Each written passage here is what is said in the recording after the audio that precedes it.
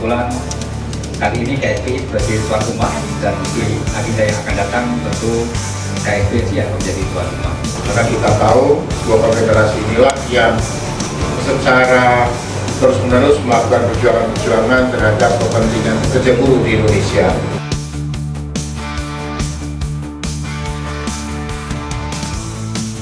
Di SBSI, kami sudah melakukan proyek perubahan iklim dan pemanasan global. Di setiap pelatihan PKB maupun itu kita menambah atau memberi masukan kepada teman-teman terutama yang di sektor tambang mengenai perubahan iklim dan juga just transition ini. Maksud juga menentukan sikap kita terkait dengan KSPI itu seperti apa dan lain-lain gitu ya, banyak hal tadi yang dilontarkan.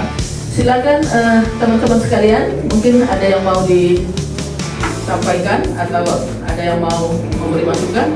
Kita bicara tentang tadi pengendalian sebenarnya, ini kalau menurut saya ini sebenarnya ini persaingan bisnis ini, bagaimana menghilangkan nggak mungkin mengurangi batu bara, kemudian beralih menjadi penggunaan panel solar. Bagaimana pabrik-pabrik yang lain, PLTU ini juga punya dampak positif terhadap pertumbuhan ekonomi warga sekitar. Nah, itu juga harus dipikirin. Kalau hanya ditutup, pekerjanya aja dipindah, tapi lingkungannya, ekonominya turun atau ambruk lagi, ya itu sama aja merugikan. Dan itu tidak sesuai dengan just transition ya, program just transition kita yang tidak boleh merugikan pihak manapun. Itu kan tumpang tindih jadinya, bertabrakan. Satu sisi harus zero, tidak boleh lagi batu bara. Tadi kan sepakat dengan Pak Sofyan, negara lain masih butuh. Ini ada apa gitu? Kenapa di Indonesia seperti ini gitu loh? Sedangkan negara lain banyak yang produk batu bara juga. Indonesia kata paru-paru dunia, betul paru-paru dunia. Tapi jangan menjadi bahan eksperimen gitu loh. Saya agak curiga ke situ. Ini persaingan bisnis tingkat tinggi. Kemudian Indonesia mau dipermainkan seperti itu. Sebenarnya nggak kalah ramai ya di Bali terkait tadi yang disampaikan oleh Pak Nathan relokasi, terus juga terkait dengan PHK yang nama kerennya sekarang efisiensi.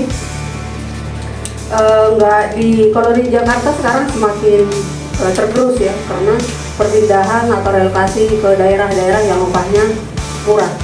Nah, dengan adanya undang-undang Cipta Kerja sekarang, kalau kemarin itu berapa tahun yang lalu masih ada kontrak kerja itu 3 bulan atau misalkan 6 bulan atau tahun. Kalau sekarang yang mengerikan sekali adalah ketika ada penerimaan karyawan itu 1 bulan masa kerjanya. Karena banyak pengeluaran dari buruh-buruh itu, ya sementara upah juga nggak berubah. Jadi pertama saya kira upah yang harus kita perjuangkan, perubahan upah ya di luar upah minimum yang ada. Climate change transition ini kan seolah-olah seperti kepentingan masyarakat Eropa sebenarnya ya. Dan di buruh tuh di pertambangan itu, bila mana pertambangan ditutup, ada BLK Pak? Betul ada BLK. Pas nggak larinya BLK nanti? Dari awal buruh sekian tahun bekerja di batu bara misalnya, di bidang di nikel, mungkin agak sama, tetapi belum tentu mereka bisa. Apakah menjadi acuan? Dan perusahaan tersebut akan menerima karyawan itu, banyak aturan-aturan yang harus dipenuhi, dan itu nggak pernah masuk. Saya menarik nih untuk yang dua tim yang sudah dibentuk di Kalimantan Timur dan Sumatera Selatan. Harapan kita oleh kawan-kawan, oleh tim yang bergerak sana itu dipantau terus dan didorong terus. Tadi Bang Wahyudi menyampaikan juga perhatian kita kepada masyarakat lokal. Ketika misalnya nanti tambang batu bara itu ditutup, masyarakat lokal juga harus merasakan dampak yang positif. Jangan nanti ketika misalnya tambang batu bara ditutup, mereka juga akan menderita. Jadi kalau kali kami KSPI dan juga kita gabungan seperti kayak gini, yang penting utamanya adalah satu, bagaimana pekerja itu terlindungi, bagaimana pekerja itu dapat keadilan. Itu poinnya yang harus kita mungkin dikatakan utama yang nggak utama, tapi itu yang harus kita coba pikirkan. masyarakat yang berubah tentu berdampak pada para pekerjanya. Samping itu juga pekerjanya juga untuk kayak preventif, vitamin atau insentif itu juga perlu suatu standar. Jadi di rumah sakit atau di pemerintah juga mengeluarkan undang-undang regulasi yang membuat standar untuk para pekerja rumah sakit. Sih untuk dampaknya memang belum kelihatan banget Kak. Iya. Artinya tapi kami pengen, kalau saya tadi menggambarkan saya tertarik dengan KKMA, artinya kawan-kawan pabrik ini kan tahunya kerja, berangkat pagi, pulang, gajian, udah. Tidak tahu apa itu transition keadilan. Kemudian bahwa Kominfo terlibat dalam kegiatan-kegiatan terkait perubahan iklim yang diselenggarakan oleh KSBSI, misal penyusunan modul, pelatihan perubahan iklim, dan jas transisi, pelatihan serupa yang dilakukan di Bogor dan di Jakarta dengan ITUC.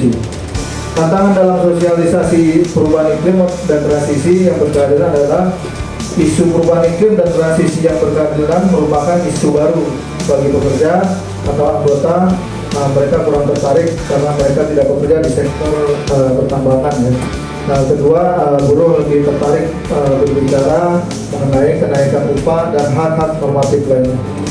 Ketika memang sawit itu sekarang lagi boomingnya, ini adalah komoditas produk Indonesia yang memang dibanggakan, tetapi tidak seimbang dengan keuntungan yang diraih mereka yang bekerja di sektor ini. Jadi sebenarnya bagaimana memastikan para pekerja, para petani ini mendapatkan kesejahteraannya. Masuk juga nanti peran dari perempuan dalam hal ini, bagaimana juga perempuan dalam konteks memperjuangkan transisi berkeadilan ini banyak terlibat. Karena di sektor perkebunan ini sangat rentan, perempuan nanti jadi korban. Nah, itu pemahaman dari saya. Intinya adalah bagaimana capacity building dari teman-teman pengurus serikat. Kita juga melihat soal peluang dan ancamannya seperti apa. Nah, ini saya kira silakan kawan-kawan menuliskan di kertas ini sesuai dengan ini warnanya ya. Kekuatan, kemudian teman agak warna kuning itu, kemudian ada hijau dan ada oranye. Terus sektor apa lagi? Jadi supaya kawan-kawan tahu ya. Semua pasti terkena iya. Makanya tapi mana yang di Bappenas 2024-2029 ini harus kita intip, harus kita lihat.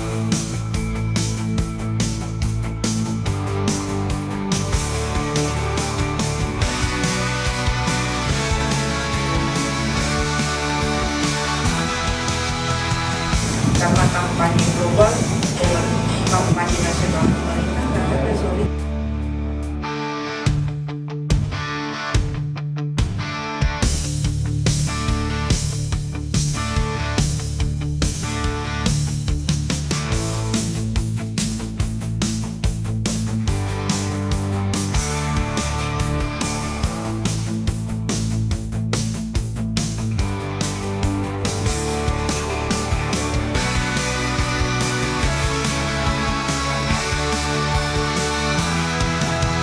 Persamaan pemikiran untuk melindungi alam dan terhindar dari bencana. Jadi ada kepahaman, ada persamaan pikiran, baik nasional maupun internasional di jaringan kita. Kemudian juga banyak anggota di sekitar tambang. Jadi kita ada anggota di sana. Ini anggota kita. Kemudian kita juga punya solidaritas gitu ya, baik nasional maupun internasional, dan kekuatan lain adalah soal networking. SBSI untuk berdiskusikan secara singkat tentang apa rencana tindak lanjut kita setelah ini.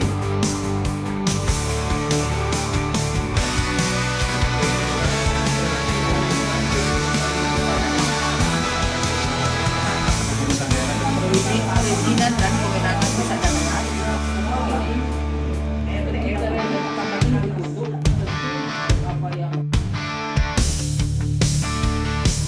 Penutupan perusahaan tambang berdampak pada banyaknya pengangguran, PHK, sehingga menurunkan kegiatan ekonomi di masyarakat sekitar. Dampak sosialnya kemiskinan dan kriminalitas serta kerawanan sosial. Jadi perlu juga kita sampaikan ke sekolah-sekolah, baik dari tingkat SD, SMP, SMA, dan ke masyarakat. Berikutnya adalah hasil kerja dari kelompok KSBSI. Sosialisasi regulasi kepada masyarakat.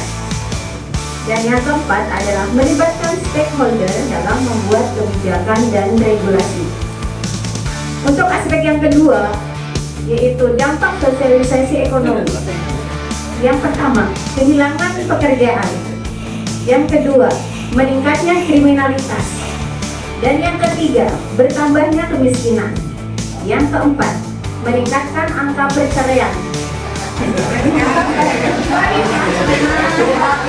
Kan mungkin ini adalah akhir dari pertemuan kita waktu ini.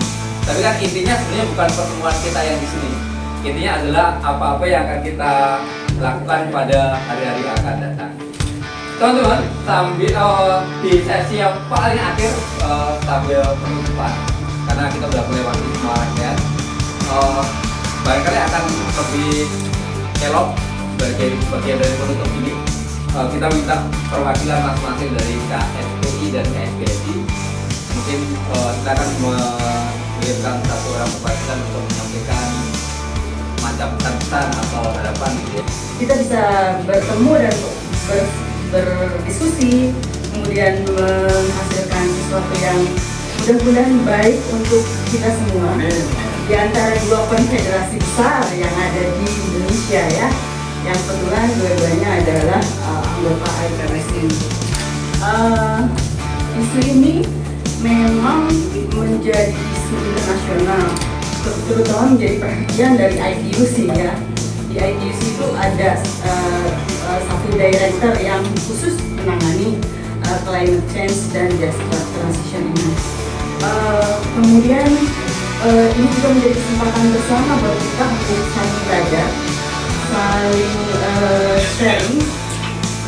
Kemudian tadi kita sudah mencoba untuk menentukan jalan ke depan apa yang ingin kita lakukan, dan kelihatannya kita punya kesepahaman dan kesepakatan mirip-mirip ya yang apa yang kita pikirkan bersama dari dua konfederasi ini. Dari KSBSI adalah bagaimana nanti kita berdiri bisa mengadvokasi anggota kita yang terdampak, karena potensi-potensi itu ada. Kemudian controlling tadi disebutkan kawan-kawan semuanya, kita sudah sepakat hari ini, bahkan kita beda meja pun kita pemikiran sama. Artinya adalah kita harus controlling bersama-sama, transparansi antara kegiatan yang akan dilakukan oleh nanti bila mana pemerintah mau diajak hidup bersama.